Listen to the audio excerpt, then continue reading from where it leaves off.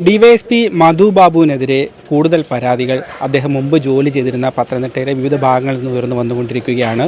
ഇപ്പോൾ ഡിവൈഎഫ്ഐയുടെ സംസ്ഥാന കമ്മിറ്റി അംഗം കൂടിയായിട്ടുള്ള അനീഷ് പ്രമാടമാണ് അദ്ദേഹത്തിൻ്റെ ക്രൂര കൃത്യങ്ങൾ വിവരിക്കുന്നത്. മുൻപ് അദ്ദേഹം ഈ അനീഷ് പ്രമാടത്തിൻ്റെ വീടുൾപ്പെടെ തല്ലി തകർക്കുന്ന ക്രൂര കൃത്യത്തിലേക്ക് മധുബാബു കടന്ന ഒരു അനുഭവമാണ് അദ്ദേഹത്തിന് പങ്കുവയ്ക്കാനുള്ളത്.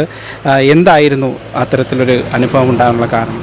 ഇപ്പോൾ നിലവിൽ കുറച്ച് ദിവസമായി കുന്നംകുളത്ത് യൂത്ത് കോൺഗ്രസിൻ്റെ നേതാവിന് മർദ്ദനമേറ്റവുമായി ബന്ധപ്പെട്ട് പോലീസിനെ ആകെ മോശമായി ചിത്രീകരിക്കുന്നതിന് വേണ്ടിയിട്ടുള്ള ഒരു ശ്രമം ഉണ്ടാകുന്നുണ്ട്.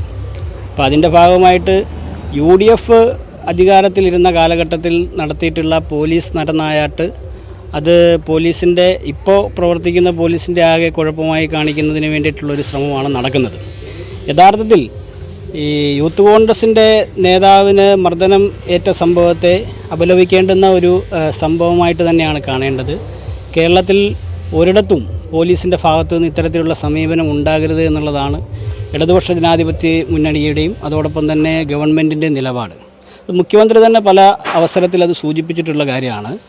ഗവൺമെൻറ് ഭാഗമായി പ്രവർത്തിക്കുന്ന പോലീസിൽ കുറ്റകൃത്യങ്ങൾ നടത്തുന്നവരെ ഒരു കാരണവശാലും ഗവൺമെൻറ് സംരക്ഷിക്കില്ല എന്ന നിലപാടാണ് പിണറായി വിജയൻ ഉൾപ്പെടെ പറഞ്ഞിട്ടുള്ളത്. ഇപ്പോൾ മധുബാബുവിനെതിരായിട്ടുള്ള പഴയ ചില വിഷയങ്ങളാണ് ഉയർന്നു വന്നിട്ടുള്ളത്. 2013 പത്തനംതിട്ട ഞാൻ കോന്നി ഏരിയ പ്രസിഡൻ്റായി പ്രവർത്തിക്കുമ്പോഴാണ് പത്തനംതിട്ടയിൽ എൻ്റെ സമീപത്തുള്ള ചില വിദ്യാർത്ഥികൾക്ക് യൂത്ത് കോൺഗ്രസ് KSU പ്രവർത്തകരുടെ മർദ്ദനമേറ്റതിനെ സംബന്ധിച്ച് കോന്നിയിൽ നിന്ന് പത്തനംതിട്ട വിവരം അന്വേഷിക്കാൻ വേണ്ടിയാണ് ഞാൻ ചെന്നത്.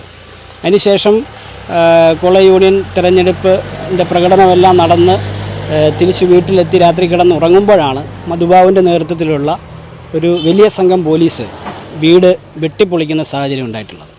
വീട് വെട്ടിപ്പൊളിക്കുകയും മാതാവിൻ്റെ മുന്നിലിട്ട് അതിക്രൂരമായിട്ട് തന്നെ മർദ്ദിക്കുകയും വസ്ത്രങ്ങൾ പോലും ഇടാൻ പോലും സമ്മതിക്കാതെ പോലീസ് ജീപ്പിൽ കയറ്റി പത്തനംതിട്ട പോലീസ് സ്റ്റേഷനിൽ പോകുന്ന വഴിമധ്യേ അതിക്രൂരമായി മർദ്ദിക്കുന്ന സാഹചര്യമാണ് ഉണ്ടായത്. വാറണ്ട് എന്തെങ്കിലും ഉണ്ടായിരുന്നോ? ഒരു വാറണ്ടും ഉണ്ടായിരുന്നില്ല. അതിനുശേഷം എനിക്കെതിരെ അവിടെ ഗവൺമെൻറ് ആശുപത്രിയിൽ നടന്ന ഒരു അടിപിടിയുമായി ബന്ധപ്പെട്ട് കേസ് എടുത്തിട്ടുണ്ട് എന്ന് പറഞ്ഞുകൊണ്ടാണ് എന്നെ അറസ്റ്റ് ചെയ്തത്. യഥാർത്ഥത്തിൽ ആ സമയത്ത് ഞാൻ ആ പ്രദേശത്ത് പോലും ഉണ്ടായിരുന്ന ആളല്ലായിരുന്നു. പിന്നീട് പോലീസ് സ്റ്റേഷനിൽ പിറ്റേ ദിവസം രാവിലെ എൻ്റെ പാർട്ടി പ്രവർത്തകർ വരുന്ന സാഹചര്യത്തിൽ എനിക്കെതിരെ ഇങ്ങനെ കേസെടുത്തതായും പിന്നീട് ആ കേസ് ഏതാനും വർഷങ്ങൾക്ക് മുമ്പ് കോടതിയിൽ വെച്ച് തന്നെ ഞാൻ കുറ്റക്കാരനല്ല എന്ന് പറഞ്ഞുകൊണ്ട് എന്നെ കുറ്റമുക്തനാക്കുന്ന സാഹചര്യം ഉണ്ടായിട്ടുണ്ട്. പക്ഷേ ഞാൻ പങ്കെടുക്കാത്ത അല്ലെങ്കിൽ ഞാൻ സംഭവ സ്ഥലത്ത് പോലും ഇല്ലാത്ത ഒരു വിഷയത്തിൽ എനിക്കെതിരെ കേസെടുത്ത് എന്നെ അതിക്രൂരമായി മർദ്ദിക്കുന്ന സാഹചര്യം ഉണ്ടായത്, വീട് തല്ലിപ്പൊളിക്കുന്ന സാഹചര്യം ഉണ്ടായത്. ആ കേസ് പോലും പിന്നീട് കുറ്റമുക്തനാക്കപ്പെട്ടു എന്നുള്ളതാണ് യാഥാർത്ഥ്യം. നീതി നടപ്പാക്കേണ്ട നിയമപാലകർ നായാട്ടിന് തുടക്കമിടുമ്പോൾ പൊതുജനങ്ങൾ സുരക്ഷിതത്വത്തിന് വേണ്ടി എവിടെ ആശ്രയിക്കണം എന്നുള്ളത് ഒരു ചോദ്യചിഹ്നമായി മാറിക്കൊണ്ടിരിക്കുകയാണ്. പത്തനംതിട്ടയിൽ നിന്നും നന്ദുഷ S, മീഡിയ 1.